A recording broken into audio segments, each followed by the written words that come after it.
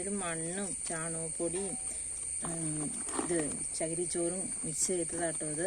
ഇതിൻ്റെ അകത്തേക്ക് കേട്ടോ ഇതിൻ്റെ തൈ ഒരെണ്ണം എടുത്ത് വയ്ക്കാൻ പോണത്.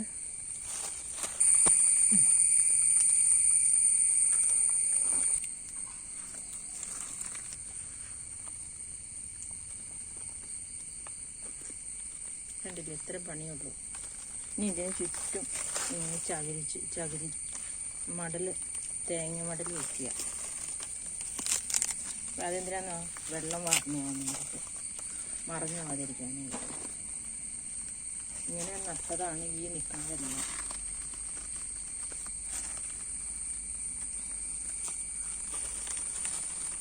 സൗന്ദര്യത്തിനും ഔഷധത്തിനും ഒക്കെ ഏറെ ഗുണമുള്ള കറ്റാർവാഴ.